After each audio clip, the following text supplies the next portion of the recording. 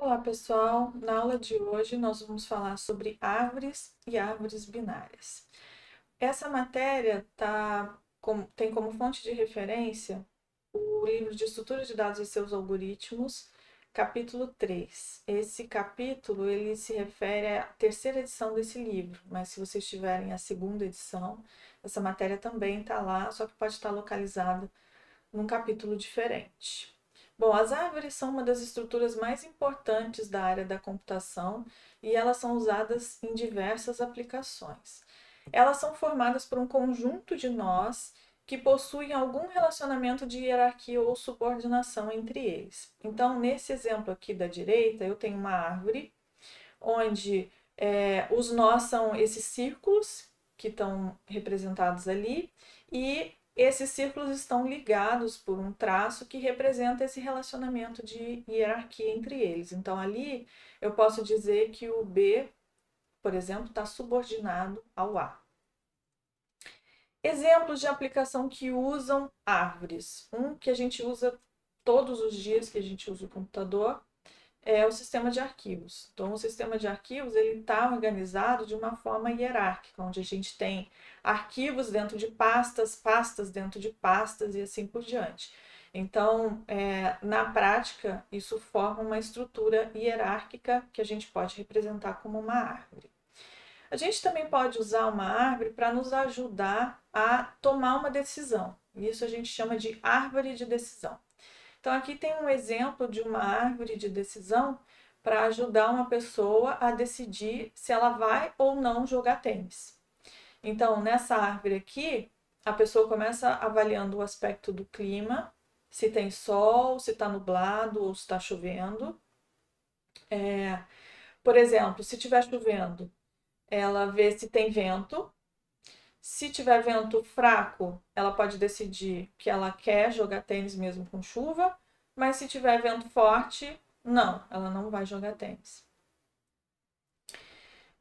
Outro exemplo é árvore de derivação que é usada pelos compiladores para representar expressões, uma expressão aritmética, por exemplo. Então, essa expressão aqui, A multiplicado por B somado com C dividido por D mais E, pode ser representado por essa árvore que está aqui nesse slide. E essa árvore, ela está levando em consideração a precedência dos operadores. Então, vocês vejam que os parênteses eles estão sendo representados por essas partes das árvores ali. Então, por exemplo, o A multiplicado por B está do lado esquerdo, depois vem a soma lá em cima e do lado direito a divisão de C pela soma dos outros dois. Formalmente, uma árvore é um conjunto finito de zero ou mais nós, e aí a terminologia que a gente vai usar aqui é nó, mas tem livros que usa nodos, tem livro que usa o termo vértice também, mesma coisa, tá? Bom, e esse conjunto de nós, se ele for maior do que, tiver mais do que um nó, né? Mais do que zero nós, desculpem, vai ter que obrigatoriamente existir um nó que é denominado a raiz da árvore. Então, nesse exemplo aqui de baixo, esse nó raiz é o A, ali em cima. E todos os outros são subordinados a ele, tá? Então, os outros nós, eles formam conjuntos de juntos, onde cada um deles é uma árvore por si só. Se o número de nós for igual a zero, então a gente vai ter uma árvore vazia. Então, se a árvore tem pelo menos um nó, ela tem obrigatoriamente uma única raiz. Única raiz. Isso é muito importante. Então, esses subconjuntos que eu mencionei são árvores, né? E a gente chama eles de subárvores. Então, nesse exemplo aqui, ó, essa árvore que tem uma raiz A, ela tem duas subárvores, uma subárvore que está enraizada em B e a outra subárvore que está enraizada em C. Essa subárvore que está enraizada em B, por sua vez, também é uma árvore que pode ser tratada da mesma forma. Então, a definição ela é recursiva, né, de árvore. Bom, vamos ver um pouquinho de terminologia agora relativa às árvores. A raiz da árvore, então, é sempre esse nó superior do qual todos os outros se derivam, né? Se a gente olhar o desenho de uma árvore normal, a gente, na vida real, a gente tem a raiz embaixo e as folhas em cima, né? Mas em computação, a gente olha essa árvore meio que de cabeça para baixo. A raiz fica em cima e as folhas ficam embaixo. A gente já vai ver o que é uma folha, tá?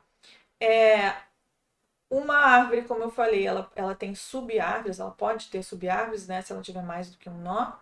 Então, nesse exemplo aqui, eu pintei de cores diferentes as subárvores de A.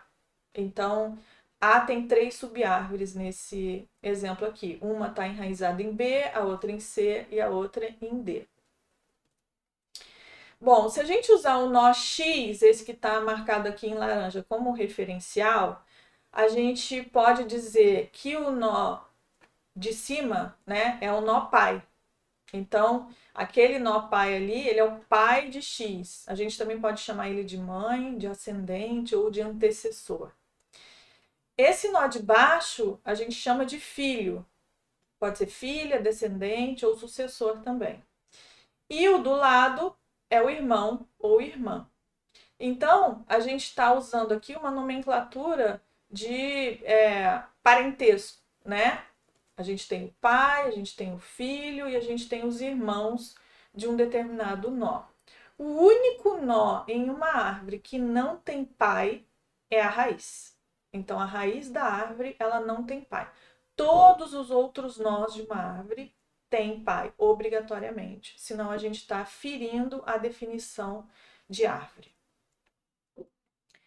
Bom, continuando então com a terminologia. Se esse nó X que está representado ali pertence a uma subárvore que está enraizada em V, então V ali é a raiz e X pertence a uma subárvore de V. Então a gente pode dizer que X é descendente de V e que V é ancestral de X.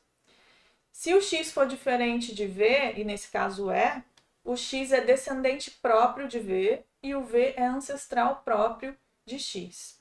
E um nó folha não possui descendentes próprios.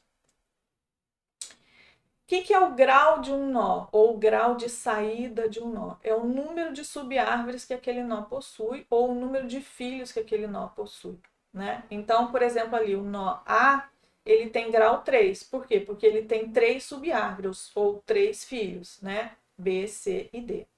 O nó C tem grau 2. Por quê? Porque ele tem 2 filhos, 2 subárvores, F e G. O grau da árvore vai ser o grau máximo entre os graus dos seus nós. Então, a gente vai pegar um nó que tem o grau maior de todos na árvore e esse vai ser o grau da árvore. Então, nesse exemplo aqui, o grau da árvore é 3, porque não existe nenhuma subárvore aqui nesse exemplo, nenhum nó, que tenha grau maior do que 3. Mesmo o H ali, que tem vários filhos, ele tem 3 também. Se H tivesse 4 filhos, então o grau dessa árvore seria 4 e não 3. Bom, o que é um nó interno ou um nó de derivação? É um nó que tem grau maior do que 0, ou seja, ele tem pelo menos um filho.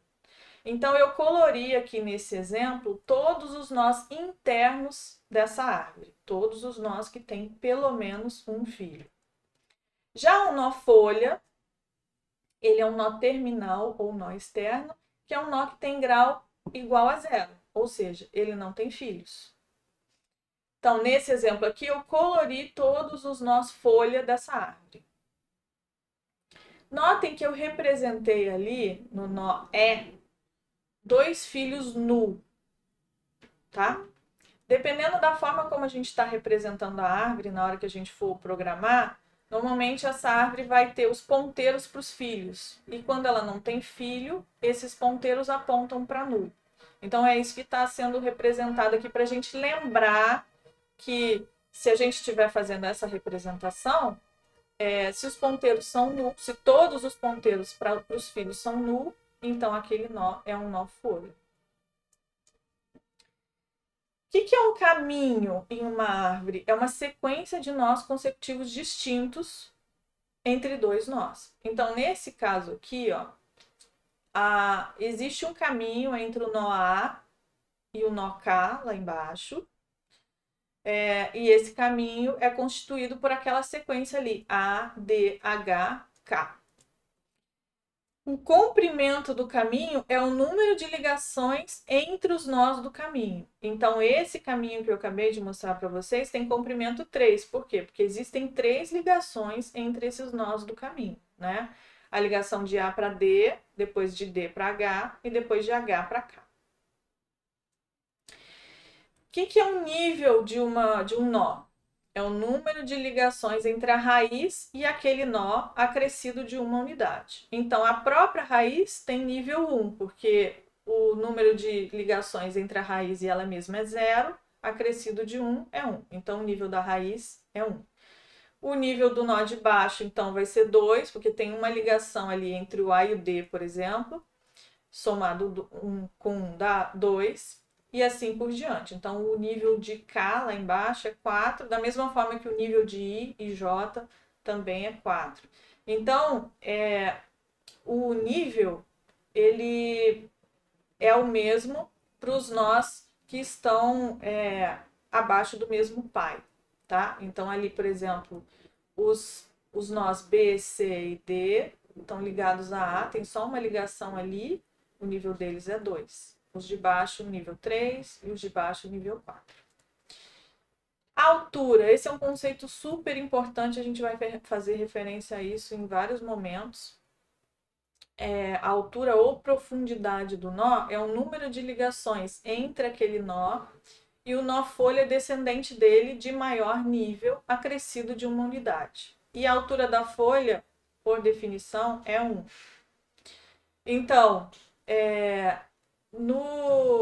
no exemplo aqui, a altura das folhas ali E, F, G, I, J, K é 1. A altura de B é 2. E assim por diante.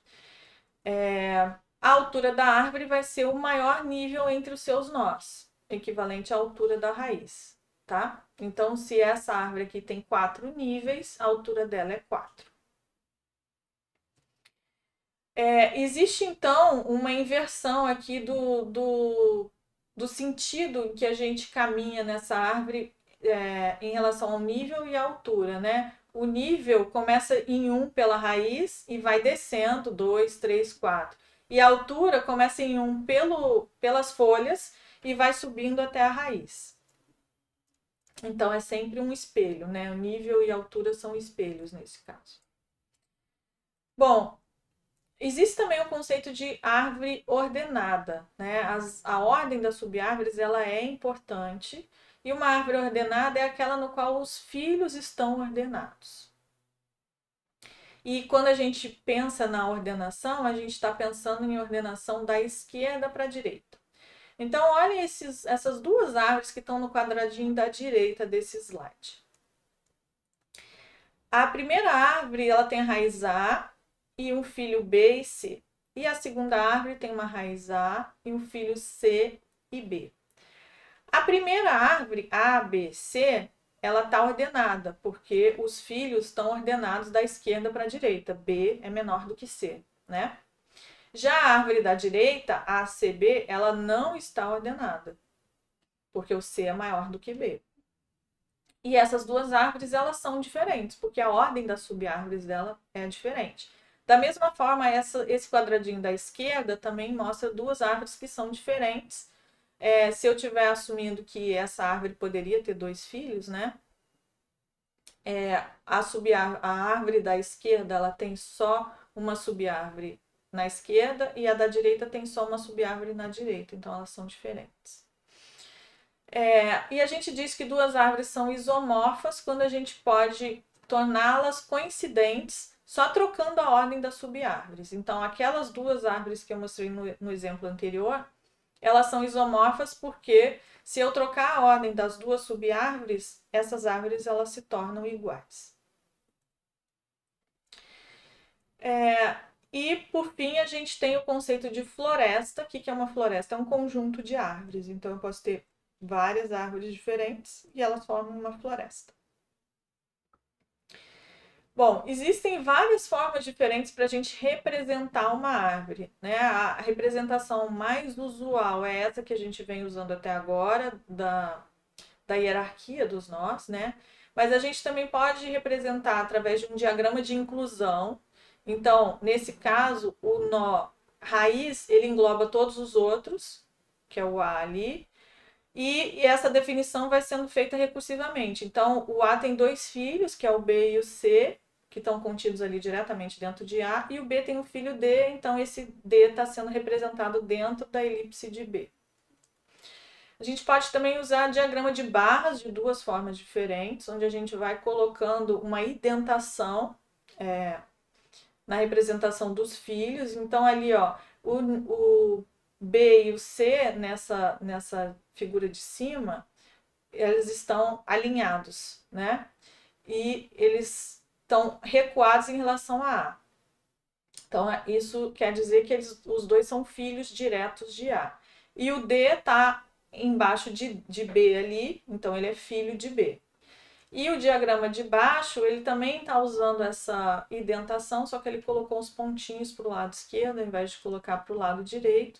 E a gente também consegue ver claramente a hierarquia nessa representação. Essa representação é útil se a gente quiser, por exemplo, num programa, imprimir a árvore, né? É muito mais fácil fazer um programa em C que imprime a árvore usando essa representação aqui, do que a representação gráfica que a gente vem usando até agora, das bolinhas e as ligações entre as bolinhas. Existe também a possibilidade de representar a árvore usando níveis. Então, a gente numera, a raiz vai ser o 1, e aí a gente coloca o label que está sendo usado na raiz, né, o A no caso, e aí os filhos da raiz vão ser um ponto alguma coisa, na sequência da esquerda para a direita. Então, o filho B é 1.1, o filho C é 1.2. Como o B tem um filho, a gente adiciona mais um ponto nessa hierarquia. Então, como o B é 1.1, o filho de B, que é D, é 1.1.1. E por último, a gente pode representar também usando parênteses para determinar o alinhamento. Então, esse aqui a gente faz aquela mesma representação do diagrama que a gente viu lá no início, né? Colocando um dentro do outro, mas agora, ao invés de ser uma representação gráfica, eu estou usando parênteses aqui para uma representação textual. Bom, agora a gente vai começar a falar de árvores binárias. Árvores binárias são um tipo especial de árvore, um dos tipos mais usados em computação. Então, aquele exemplo que eu dei lá no início de expressão aritmética, representada através de uma árvore, usa uma árvore binária, porque cada operador ele tem dois operandos nesse caso. E a definição de árvore binária é um conjunto finito de 0 ou mais nós, e se o número de nós for maior do que 0, existe um nó raiz, então até agora não mudou nada, e os demais formam dois conjuntos distintos, S1 e S2, de subárvores, né? A gente vai chamar essas de subárvore da esquerda e subárvore da direita, onde cada um deles é uma árvore binária, por sua vez. E se o número de nós for 0, então a gente tem uma árvore vazia. Então, o que mudou dessa definição aqui para aquela definição mais genérica que a gente tinha visto antes? A única coisa que mudou foi que lá o número de conjuntos dos demais nós, ou seja, o número de subárvores permitido, lá não tinha limitação, e aqui a gente está limitando em 2. Então, aqui tem alguns tipos de árvores binárias. Esse primeiro aqui a gente chama de árvore estritamente binária. O que é uma árvore estritamente binária? É uma árvore binária onde cada nó tem 0 ou 2 filhos. Eu não posso ter nenhum nó nessa árvore que só tem um filho. Então, ou tem 0 e é uma folha, ou tem 2 filhos. Depois, a árvore binária completa é uma árvore binária onde as subárvores vazias aparecem apenas no último ou no penúltimo nível. Então, nesse exemplo aqui, a gente está vendo que no nível 3 e no nível 4, que são o penúltimo e o último nível, a gente tem subárvores vazias, que não tem filhos, né? Depois, a árvore binária cheia são as árvores onde as subárvores vazias só aparecem no último nível, ou seja, todos os nós folha estão no mesmo nível. E uma árvore zigue-zague é uma árvore onde os nós internos sempre tem uma subárvore vazia. Então, nesse caso ali, ó, a raiz tem a subárvore esquerda vazia, depois o filho dela tem a subárvore direita vazia e assim vai.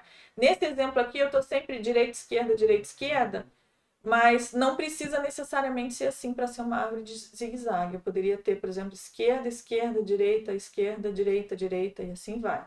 A única restrição é que cada nó só pode ter um filho. Sempre uma subárvore tem que estar vazia, tá? Bom, se a gente for olhar então para essas árvores todas aqui e for pensar qual delas tem a maior altura possível, pela definição, é a árvore zigue-zague, né? Porque como cada nó só pode ter uma subárvore, se eu precisar representar um montão de nós, essa árvore vai ter uma altura muito grande. Já a árvore que possui altura mínima é a árvore binária cheia, porque ela está aproveitando todo o espaço possível, usando todas as subárvores da árvore. Bom, vamos falar um pouquinho de implementação de árvores binárias. Para fazer a implementação de árvore binária, a gente primeiro precisa pensar na estrutura do nó da árvore, né? Eu vou querer representar alguma informação no nó, porque senão não faz sentido, né? Eu estou usando essa árvore para quê? Pode ser, por exemplo, para representar aquela árvore de operadores que eu mostrei para vocês. Então, tem que ter alguma informação que aquele nó está carregando.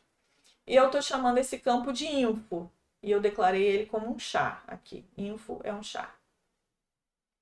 E aí, eu preciso de um ponteiro para a esquerda e um ponteiro para a direita para suas respectivas subárvores. Então, cada nó ele tem o ponteiro para a sua subárvore esquerda e o ponteiro para a sua subárvore direita. Então, aqui tem um type def que está definindo um struct nó A, que tem um char info e tem um ponteiro desse mesmo tipo, struct nó A, que eu chamei de ESC, que é para representar a subárvore da esquerda, e a mesma coisa para a direita, que eu chamei de dir aqui.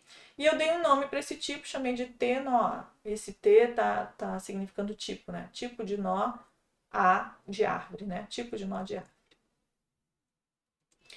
Então, se a gente for representar essa árvore que está mostrada aqui em azul, que ela tem uma raiz A, que tem dois filhos B e C, que por sua vez tem dois filhos D e E, usando essa estrutura de nó, a gente vai ter algo assim. A gente vai ter um ponteiro para a raiz, que é o ponteiro para a árvore propriamente dita, né? O info dessa raiz vai ter o char A e ela vai ter um ponteiro para a esquerda apontando para um nó B, o ponteiro da direita apontando para o C. O nó B, como não tem filho, o ponteiro da esquerda e o ponteiro da direita vão ser null. E eu estou representando esse null por essa barra que está mostrada aí no desenho. E a mesma coisa vale para os nós D e E. Eles também não têm filhos, então os ponteiros para a esquerda e para a direita são null. Agora a gente vai ver uma função para criar um nó, tá? O que essa função faz? Ela retorna um ponteiro e recebe como parâmetro o char do info daquele nó que a gente vai criar. Então, essa função está aqui, ela começa declarando lá um ponteiro do tipo tNoA, que eu chamei de novo. Eu faço alocação de memória, alocação dinâmica de memória ali, então eu uso malloc, uso o size of tNoA, como a gente viu na aula passada de revisão. Eu coloco no campo info o char que veio como parâmetro da função, e eu faço o ponteiro da esquerda e o ponteiro da direita apontar para null, e retorno esse ponteiro para esse nó que eu criei. Então, aqui nesse exemplo, eu tenho uma função main principal, que está declarando um ponteiro do tipo tNoA para a raiz da árvore, eu chamei esse ponteiro de raiz, e esse ponteiro está recebendo o ponteiro que é retornado por aquela chamada de função ali, cria nó, e eu passei como parâmetro o char A. Então, o que está acontecendo na prática ali é o que está mostrado na direita. Eu vou ter um ponteiro raiz que está apontando para aquele nó A e os ponteiros da esquerda e da direita de A estão apontando para nulo. Bom, agora eu posso chamar essa função cria nó para criar o restante da árvore, daquela árvore de exemplo, né? E o encadeamento dos ponteiros está sendo feito através da forma como eu chamo essa função. Então vejam ali a função main, o que mudou nesse slide aqui foi só a função main. A função cria nó continua a mesma que a gente já viu, tá? Então ali na função main eu continuo declarando a raiz lá, continuo chamando raiz recebe cria nó A. Aí agora eu vou fazer raiz ponteiro da esquerda recebe o resultado da função cria nó B. Então, depois disso, o ponteiro da esquerda da raiz vai estar apontando para esse nó B que foi criado. Depois, raiz ponteiro da direita recebe o resultado da execução da função cria nó C. Então, o ponteiro da direita da raiz vai estar apontando para C. E agora eu vou encadear D e E. Então, eu estou chamando ali, ó, raiz ponteiro da direita, ponteiro da esquerda. Quem é raiz ponteiro da direita? É o C. Ponteiro da esquerda é onde eu vou botar D. Então, eu estou chamando ali a função cria nó passando D como parâmetro. E para criar o E, eu vou fazer a mesma coisa, só que agora com o ponteiro da direita, né? Raiz ponteiro da direita recebe o resultado de cria nó E. E aí aqui no final eu estou chamando uma função para imprimir essa árvore usando aquele diagrama de barras. Eu não vou mostrar para vocês aqui no slide, mas lá no site da disciplina tem o código que faz isso e ela tem a função imprime aqui, depois vocês podem dar uma olhadinha nela com calma. Mas se a gente executar esse código, a gente vai ter aqui a nossa árvore exatamente como estava lá no exemplo. A raiz A, que tem dois filhos B e C, B não tem filhos, e o D tem dois filhos vazios, e o E tem dois filhos vazios.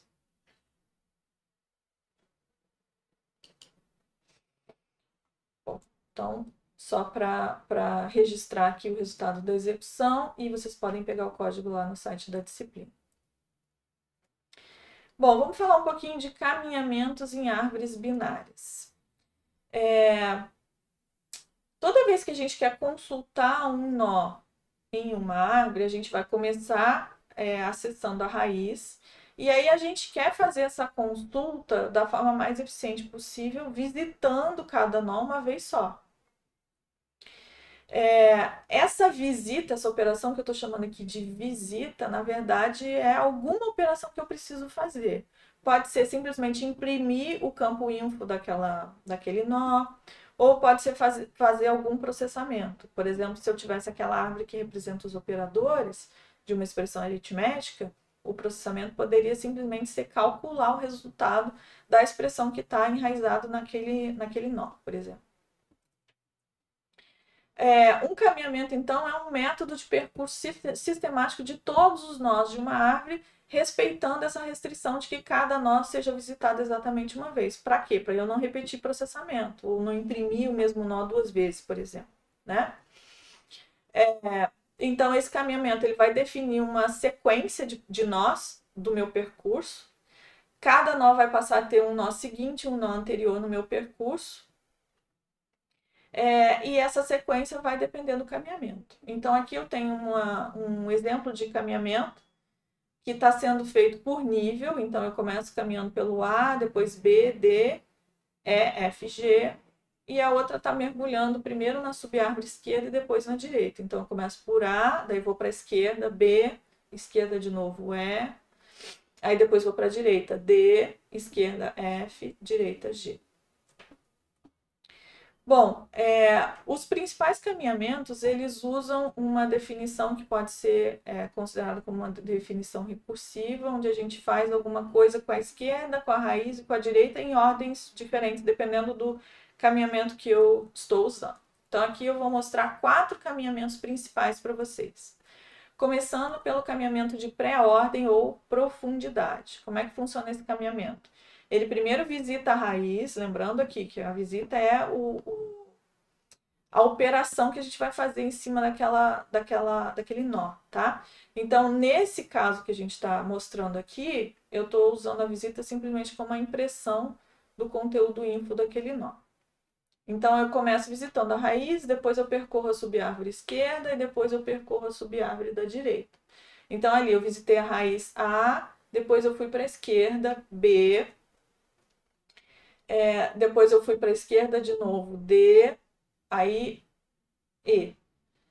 Por quê? Porque eu já visitei a raiz, né? Eu vou tratar cada um aqui como uma subárvore, fazendo tudo de novo, como se fosse uma chamada recursiva, né? Agora eu vou para C, depois F, depois G.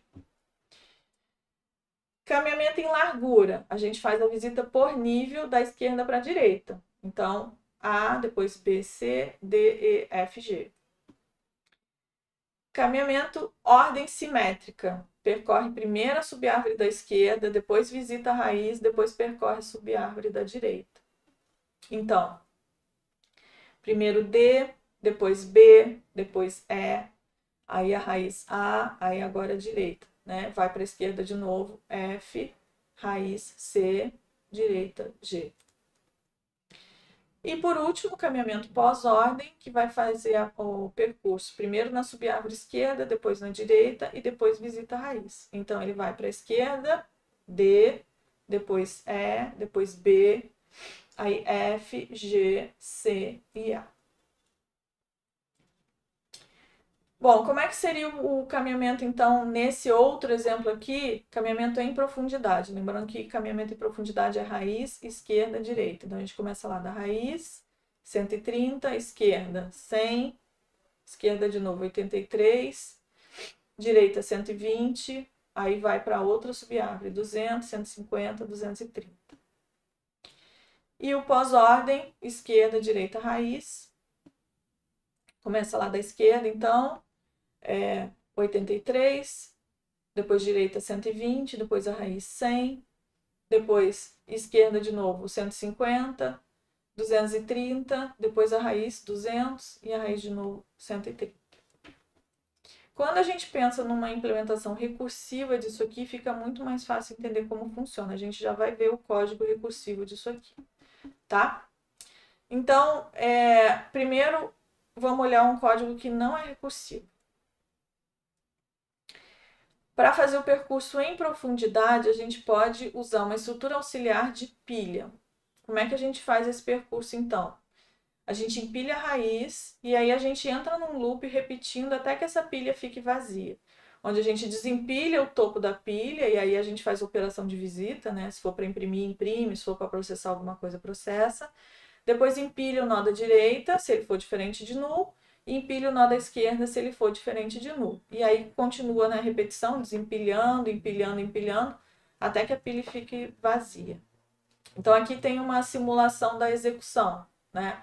A gente empilha a raiz 1, aí a gente desempilha a raiz e empilha a direita e a esquerda. Então, a esquerda vai ficar no topo, né? Aí agora a gente vai desempilhar o topo e vai empilhar a direita e esquerda dele. Então, empilhou o 4 e o 3. Aí o 3 ficou no topo.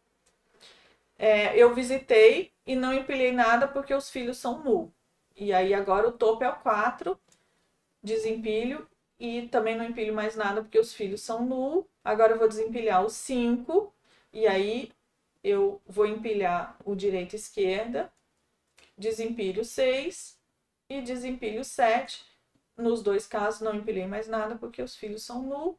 E aí eu construí ali embaixo, ó, o caminhamento, né? Então, nesse caso aqui, o caminhamento ficou 1, 2, 3, 4, 5, 6, 7.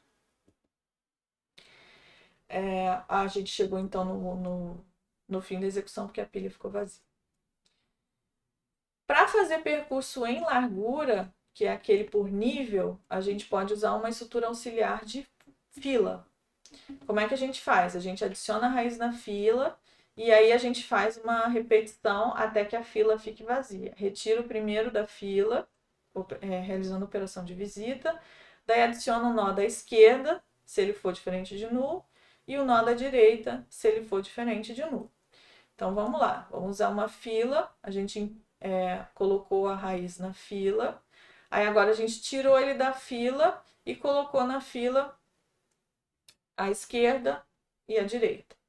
Aí tira o primeiro da fila, que agora é o 2, coloca na fila esquerda e direita. Então, o próximo agora da fila é o 3.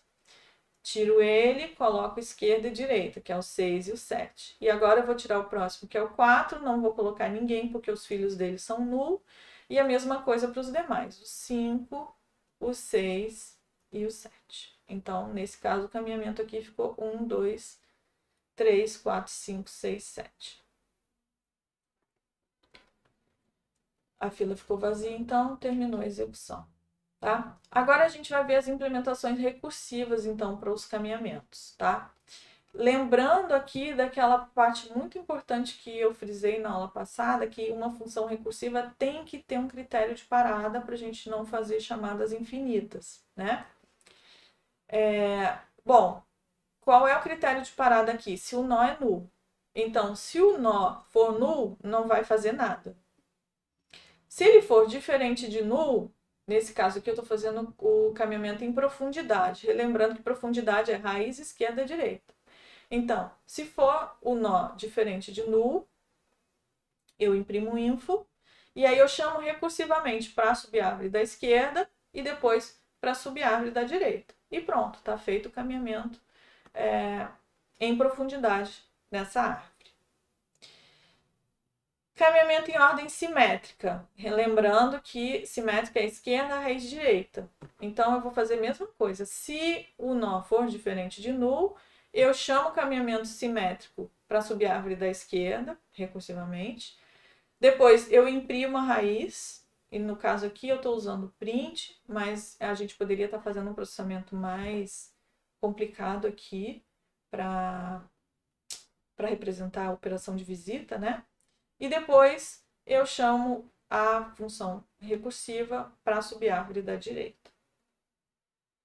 E aí a mesma coisa para os outros caminhamentos. Pós-ordem é esquerda, direita, raiz. Então eu chamo recursivo para a esquerda, depois para a direita e depois eu visito a raiz.